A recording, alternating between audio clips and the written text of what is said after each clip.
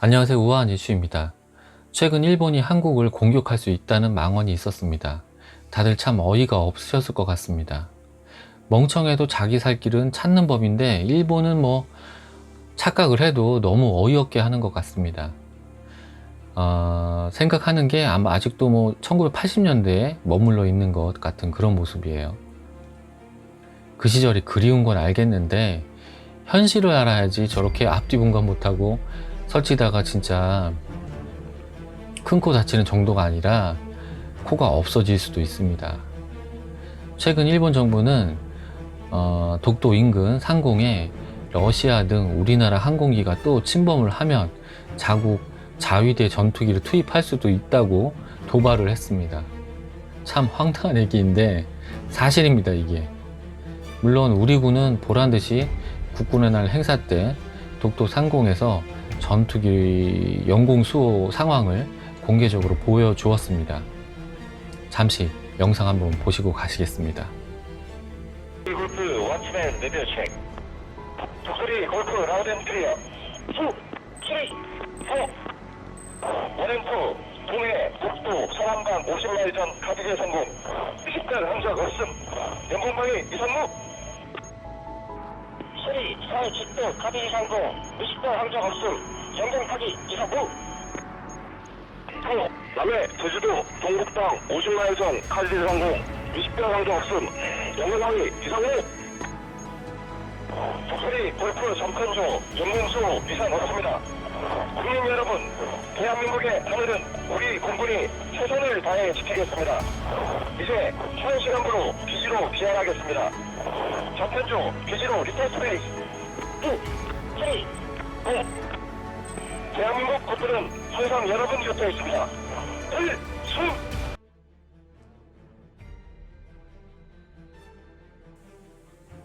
우리 대한민국 국방력은 세계 순위 7위입니다. 일본은 8위고요. 그렇지만 전쟁은 그게 다가 아니죠. 전쟁은 결국 무기로만 할 수 있는 게 아닙니다. 그렇다고 우리나라가 무기로 꿀린다는 얘기는 또 아니에요. 시간 관계상 무기 전력 부분은 따로 정리해가지고 다시 한번 방송으로 전해드리겠습니다. 자, 다시 본론으로 들어가서 그 무기를 능숙하게 잘 다루는 사람이 필요하고 숙련도에 따라서 승패가 큰 영향을 받는 것입니다.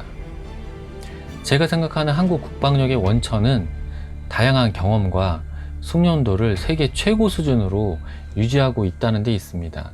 한국은 뭐 다들 아시겠지만 대부분의 남자가 나라의 부름을 받고 의무를 다하기 위해서 군대에 갑니다. 약 2년간 군대에서 각종 전략과 전술 그리고 무기 운용 방법 뭐 그런 것들을 배우죠. 그런 한국 군인을 상대하기란 이 세상 어떤 국가도 만만하지 않을 것입니다. 실예로 미국에게 유일한 패배를 안겨준 나라가 있습니다. 바로 베트남이죠. 베트남이 무기가 좋아가지고 베트남전 당시에 미국을 물러나게 했을까요? 아닙니다. 베트남은 이전 세대부터 꾸준히 침략을 당한 국가입니다. 다시 말해 전쟁 경험이 많은 나라죠. 툭 하면 중국이 쳐들어오고 또 다른 인접 국가들하고 항상 트러블이 있어 왔죠. 대표적인 예가 태국. 그래서 태국하고 축구하면은 꼭 이겨야 된다고 하는 게 베트남입니다. 우리나라랑 일본과 같은 그런 관계죠. 캄보디아, 라오스 많은 나라들하고 국경이 접해 있는 그런 구조여서 전쟁이 많을 수밖에 없는 나라입니다. 서구권에서는 프랑스도 한때 베트남을 지배한 적이 있었죠. 그리고 자본주의와 공산주의로 나누어져서 북베트남, 남베트남, 우리나라처럼 그렇게 해서 내전까지 발발했었습니다. 이 내전이 커지면서 미국이 참전을 하게 되었는데 미국은 끝내 베트남 공산당을 이기지 못하고 물러나게 되었습니다. 이처럼 전쟁의 승패는 무기나 화력도 중요하지만 그것을 사용하는 사람들의 의지와 숙련도가 더 중요합니다. 우리나라는 과거 역사적으로 많은 전쟁의 경험이 있고, 게다가 일본에게는 식민 지배를 받은 치욕적인 아픔도 있죠. 만에 하나라도 우리나라와 일본이 붙는다면, 전쟁을 한다면 한국 국민들의 분노 게이지는 100%를 채우고도 남을 것입니다. 반대로 여론조사에서 일본 국민들에게 전쟁 발생 시 어떻게 하겠냐는 질문을 한 적이 있었는데, 일본 국민들 중에 단 10%만 참전하겠다고 응답을 했고, 나머지 90%는 피난을 가거나 안전한 곳으로 도피한다고 대답하였다고 합니다. 이처럼 일본 국민은 전쟁의 의지도 목적도 없는 상태여서 절대로 우리나라와 같은 숙련된 군인이 있는 국민한테 이길 수 없습니다. 전 세계에서 자국민 남성, 성인 남성이 총기를 능숙하게 다룰 수 있는 비율이 가장 높은 나라라고 한다면 어디가 있을까요? 제 생각엔 한국이 1등일 거라고 생각됩니다. 제 뒤에도 예비군으로 편입되어 가지고 매년 주기적으로 총을 쏘고 전술 훈련도 하고 경험을 잊지 않게 만들어줘요. 나라에서 계속 훈련을 시켜요. 그냥 그게 좀 귀찮을 때도 있지만 하여튼, 그리고 그런 군인이 현역 군인과 예비군을 포함하면 거의 300만입니다. 예비군 250만, 현역 군인이 60만. 그리고 가장 무서운 점이 하나 있습니다. 이거 아마 다른 나라에 가서 얘기하면 아마 깜짝들 놀랄 거예요. 아마 다들 아마 그냥 와 진짜냐고 막 물어볼 거예요. 1에서 3km 반경 내에 우리는 자동소총이 항상 우리를 기다리고 있습니다. 이게 무슨 얘기냐, 평소에는 생활을 하다가 유사시에는 동사무소에 가면, 동사무소가 다 한 3km 반경 안에 다 있잖아요. 동사무소에 가면 총기를 나눠줍니다. 그리고 바로 예비군으로 편입시키죠. 바로 군대에 다시 들어가는 상황이에요. 예비군을 편입시켜가지고 바로 군복무를 다시 시작해야 되는 상황이 됩니다. 법이 그래요, 법이.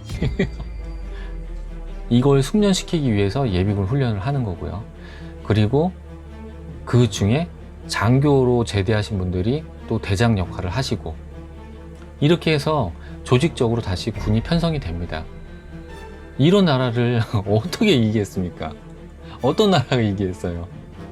이런 걸 모르니까 아베 정부가 저런 말 같지도 않은 얘기를 뻘소리를 하는 겁니다. 군대에 가서 의무적으로 2년간 각종 무기랑 총기랑 전술이랑 전략이랑 이런 걸 배우고 익히고 완전히 몸에 스며들 때까지 하는 그런 국민이 있는 나라랑 전쟁을 하겠다? 발상 자체가 말도 안 되는 거죠. 전 세계에 이런 나라는 몇 되지 않습니다. 진짜 이런 나라가 제 생각에는 이스라엘 정도밖에 없어요. 참고로 일본 자위대 군인 수는 약 20만입니다. 게임이 안 되죠. 숫자적으로도 게임이 안 돼요. 이런 전쟁 중이지만 휴전하고 있는 우리나라랑 맞서서 싸움을 한다? 전쟁을 한다? 독도를 차지하겠다고? 진짜 웃기는 망언이죠. 말도 안 되는 얘기죠. 거의 대부분의 국민이 총을 잡아보지도 않은 나라에서 감히 전투기 투입 어쩌고 저쩌고 하는 게 참 어이가 없네요.